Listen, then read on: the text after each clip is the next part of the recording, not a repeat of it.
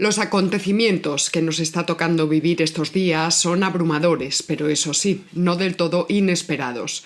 Son tiempos de esos que nadie quiere ver, pero que según concepciones materialistas como las nuestras, pues entendemos como constitutivos de un mundo que está siempre en marcha.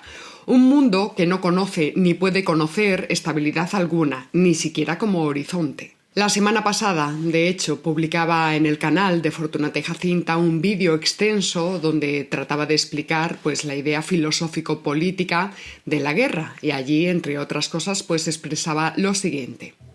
A pesar de la condena ética que cabe hacer a la guerra, los problemas políticos que conducen a los conflictos armados son de tal magnitud que no existe ningún otro medio para solventarlos como no sea el bélico.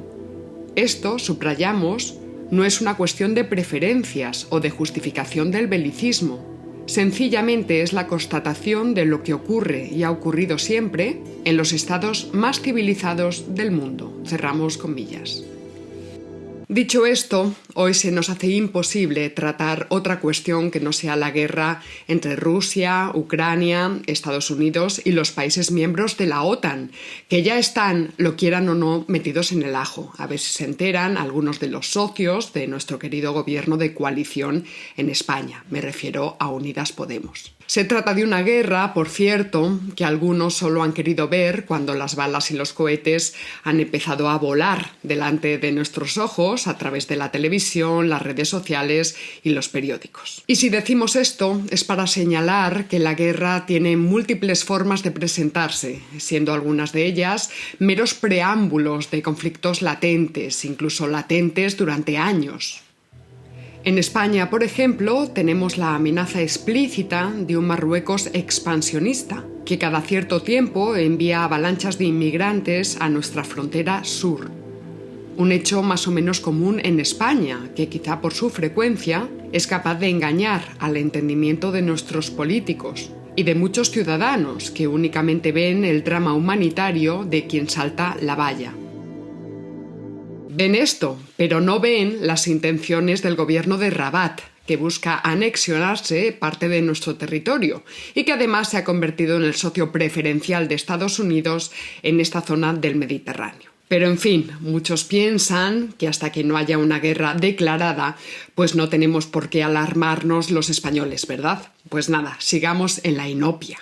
En relación a la guerra en Ucrania, las perspectivas son muchas, que si Rusia es el mal, que si no le quedaba otra, que si la guerra es culpa del heteropatriarcado, que si Estados Unidos se sirve de la OTAN para sus propios beneficios, pero eso sí, sin mojarse, etcétera, etcétera, etcétera, y para dar y tomar. Hoy fijaremos la atención no en la cuestión de si España debe estar de un lado o del otro, sino que fijaremos la atención en el debate que ha surgido en nuestro país en torno a si España debe enviar o no armas ofensivas a Ucrania. A este respecto, nuestro querido gobierno de colación ha tenido una buena trifulca interna, pues resulta que Unidas Podemos no aprobaba tal medida.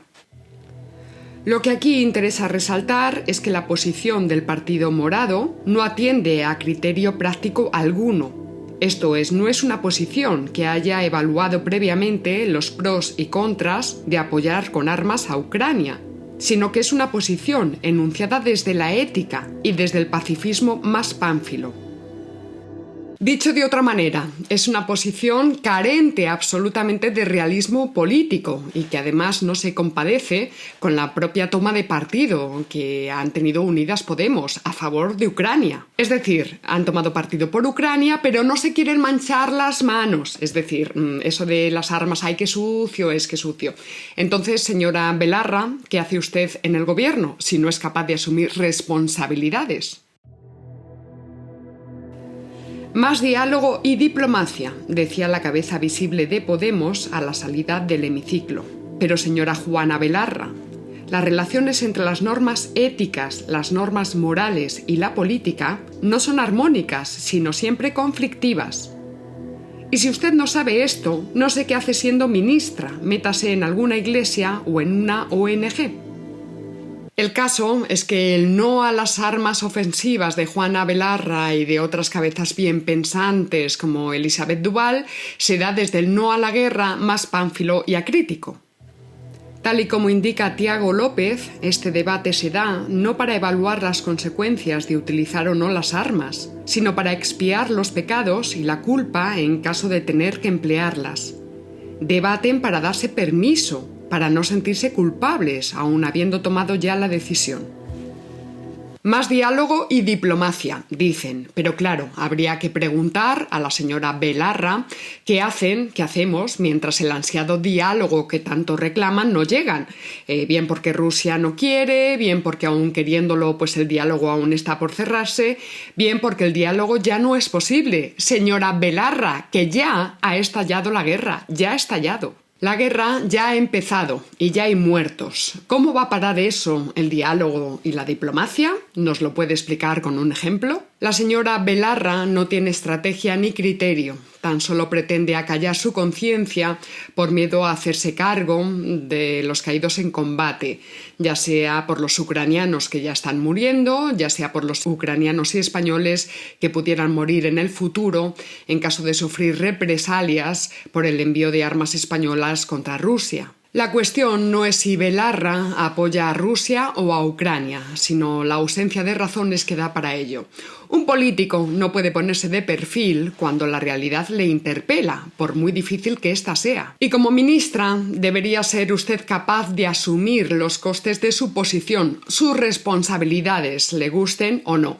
Y si no puede hacerlo, insisto, pues entonces deje su cargo y métase en alguna iglesia o en una ONG o algo así. Aclárense, señores de Podemos, porque ni siquiera con la guerra en marcha y habiendo escogido ya uno de los toros, dado que ustedes han tomado partido por Ucrania y por la OTAN, con Estados Unidos a la cabeza, pues bien, ni aun habiendo escogido ya uno de los toros, son capaces ustedes de cogerlo por los cuernos.